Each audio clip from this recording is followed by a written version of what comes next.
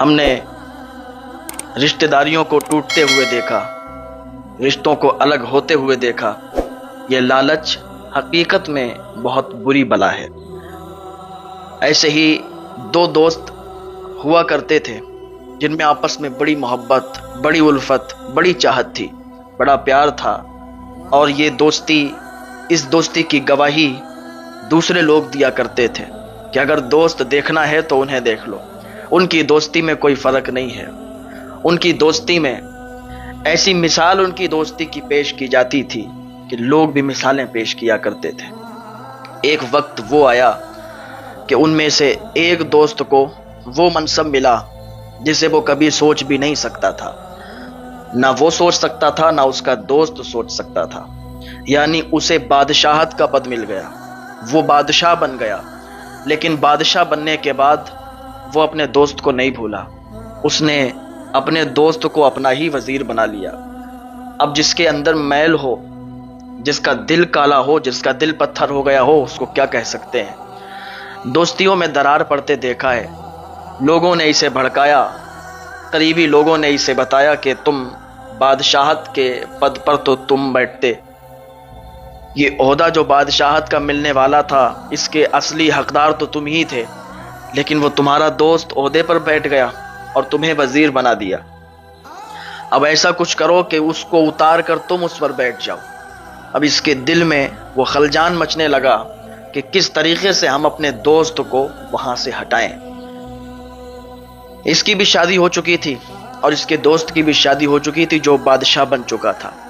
بادشاہت کے پد پر وہ بیٹھا تھا، بادشاہت کا عہدہ اسے ملا تھا، لیکن اپنے دوست کو کسی جگہ وہ بھولا نہیں۔ اگر دوستی نہ نبھاتا تو پھر وزیر بھی نہ بناتا، اگر دوستی نہ نبھاتا تو اسے بھی ایک عہدہ نہ دلواتا۔ لیکن اس وزیر جو وزیر بن چکا تھا، جو یہ دوست تھا، اس کے دل میں یہ میل پیدا ہو چکا تھا کہ یہ میری کرسی ہے، یہ میرا پد ہے، اور میرے پد پر، میری کرسی پر یہ میرا دوست بیٹھا ہے۔ اس کو ہضم نہیں ہوتا، اور ہونا تو یہ چاہیے تھا کہ اس کو خوشی ہوتی کہ یہ میرا دوست کرسی پر بیٹھا ہے، یہ میرا دوست بادشاہ بنا ہے، اسے تو یہ خوشی ہونا چاہیے تھی، لیکن نہیں۔ اس کے دل میں میل آ گیا، اس کے دل میں اب بغاوت نے جنم لے لیا۔ اب یہ اس کو کرسی سے اتارنے کی فراق میں لگ گیا، اور وہ اتنا عدل اور انصاف والا تھا، وہ اتنا عادل تھا، اتنا نیک تھا کہ جو رعایا سے بات کرتا، رعایا سے ملتا، اپنی عوام سے جب ملا کرتا تھا تو ایسا محسوس نہیں ہوتا تھا کہ یہ بادشاہ ہے۔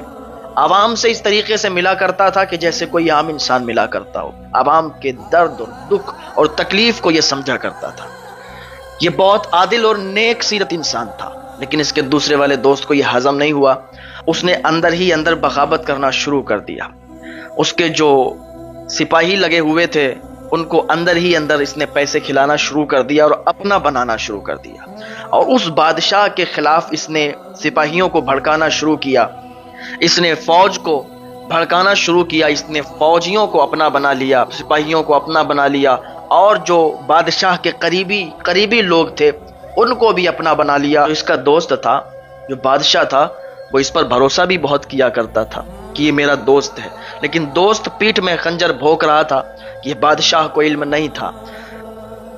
بادشاہ اتنا بھروسہ کیا کرتا تھا کہ اپنے خزانوں کی چابیوں کے بارے میں بھی اس کو بتا کے رکھا تھا، ایک ایک بات اس کو بتا کے رکھا تھا، اور اس وزیر نے ایک ایک بات کے بارے میں جان لیا، کہاں کیا ہے، کیسے نکلنا ہے، کیسے سامان نکالنا ہے، کیسے مال و دولت نکالنا ہے، کیسے خزانہ لے جانا ہے، اس کو سب پتا تھا، اس نے سب سیٹ کر رکھا تھا اور سب لوگوں کو سیٹ کر رکھا تھا۔ ایک دن کیا ہوا، آندھی اور طوفان کا موسم تھا، آندھی چلنے لگی تھی، موسم بگڑا تھا، سناٹا چھایا ہوا تھا۔ اسی موسم میں، اسی موقع پر اس وزیر نے، اس دوست نے اپنے دوست جو کہ بادشاہ تھا اس کے پیٹھ پر ایسا خنجر مارا، یعنی اس نے سارا جو خزانہ تھا وہ نکلوا دیا، اپنے ہی سپاہیوں کے جو سیٹ کر رکھے تھے اس نے انہی کے ہاتھوں سے وہ سب صاف کروا دیا، وہ سب خزانہ چروا دیا، اور ایک بھاری فوج، ایک زیادہ فوج کے ساتھ، بڑی فوج کے ساتھ، سپاہیوں کے ساتھ یہ بادشاہ کے پاس آ گیا۔ رات کا ٹائم ہو چکا تھا اور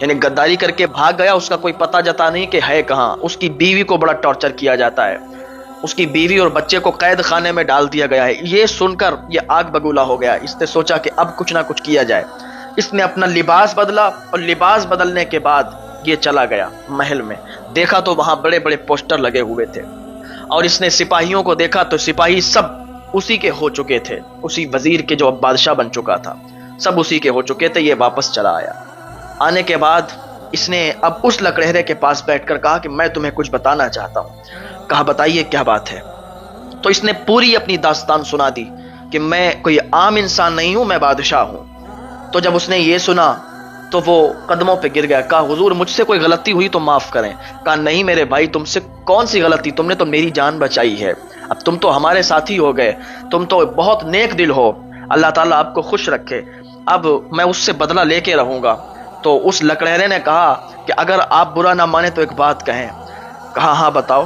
کہا اگر آپ اپنی فوج تیار کریں گے، آپ اپنی فوج تیار کر کے جائیں گے تبھی آپ وہاں پر کامیابی حاصل کر پائیں گے۔ اس نے کہا میں اتنی بڑی فوج لاؤں گا کہاں سے؟ لکڑہرے نے کہا سنو میں آپ کو بتاتا ہوں کہ فوج کہاں سے ملے گی۔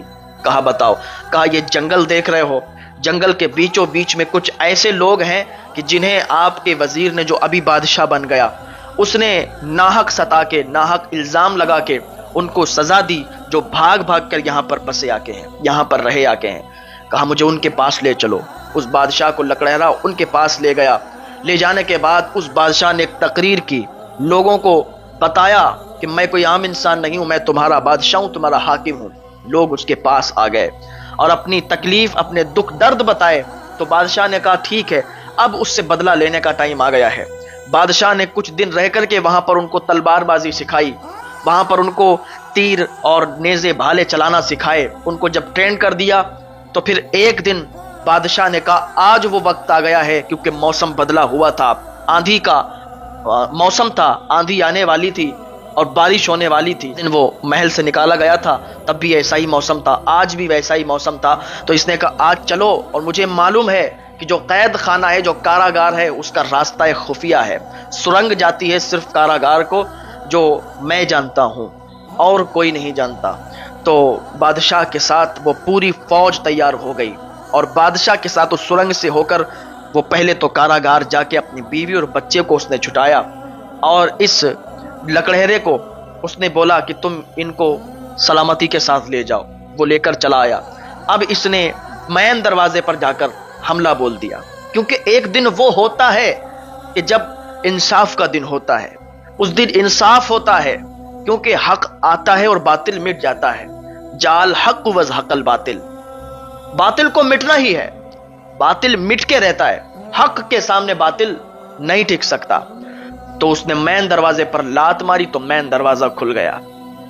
وہ وزیر جو بادشاہ بن کے بیٹھا تھا، اس کا دوست، اب وہ پتہ ہے وہ بادشاہ بن چکا تھا اور کرسی پر بیٹھ کر، گدی پر، تخت پر بیٹھ کر شراب پی رہا تھا۔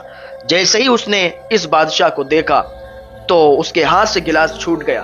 کہنے لگا ہم نے تو تجھے مرنے کے لیے چھوڑ دیا تھا، تو زندہ کیسے واپس آ گیا؟ کہا یہ تو وقت بتائے گا کہ میں زندہ کیسے آیا۔ تو اس نے جو وزیر تھا، جو اب بادشاہ بن کے بیٹھا تھا، اس نے حکم دیا سپاہیوں کو کہ جلدی سے اس کو گھیر لیا جائے اور اس کو قتل کر دیا جائے۔ لیکن وہ پیچھے کا معاملہ نہیں دیکھ رہے تھے کہ ان کے، وہ اکیلا نہیں آیا تھا، وہ تو پوری فوج لے کے آیا تھا۔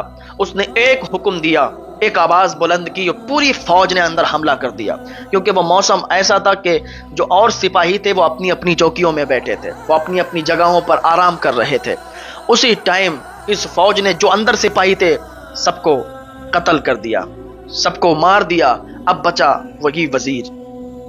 اس کے اندر اتنا جلال تھا، اتنا غصہ تھا کہ میں اس بات پر بالکل تجھ سے ناراض نہیں ہوتا اگر تو کہتا کہ مجھے بادشاہت دے دو، اگر تو کہتا کہ مجھے بادشاہ بنا دو، میں اس بات پر ناراض نہیں ہوتا، لیکن تو نے دوستی کو بدنام کیا، تو نے یہ سمجھو کہ میرے پیٹھ پہ چھرا مارا، تو نے اسی دن میرا قتل کر دیا تھا جس دن دوستی میں فرق تو نے ڈالا تھا اور تو نے مجھے مارنے کا پلان بنایا تھا۔ اگر تو مجھ سے بادشاہت مانگتا تو میں بادشاہت دے دیتا، لیکن تو نے یہ کیا کر دیا؟ اس نے تلوار اٹھائی اور اس کی گردن کو الگ کرنا ہی چاہ رہا تھا، لیکن سوچا نہیں تجھے نہیں ماروں گا، تجھے تو کاراگار میں چھوڑوں گا سڑنے کے لیے، تاکہ تو اپنے اوپر روتا رہے، اپنے آپ پر پچھتاوا کرتا رہے کہ میں نے یہ کیا کیا۔ بادشاہ نے حکم دیا سپاہیوں کو کہ جلدی سے اس کو کاراگار میں لے جاؤ. کاراگار میں لے جایا گیا اور وہ جو سپاہی اس کے تھے ان سے کہا گیا کہ اگر تم یہاں رہو گے تو یہاں کے فرما بردار بن کے رہو گے ورنہ قتل ہونے کے لیے تیار ہو جاؤ. سب نے اپنے گھٹنے ٹیک دیے کہ معاف کرو, میں تو ان کے بہکاوے میں آ گیا تھا, ہمیں معاف کیا جائے. تو بادشاہ نیک دل تھا, نیک سیرت تھا, اس نے معاف کر دیا. اور پھر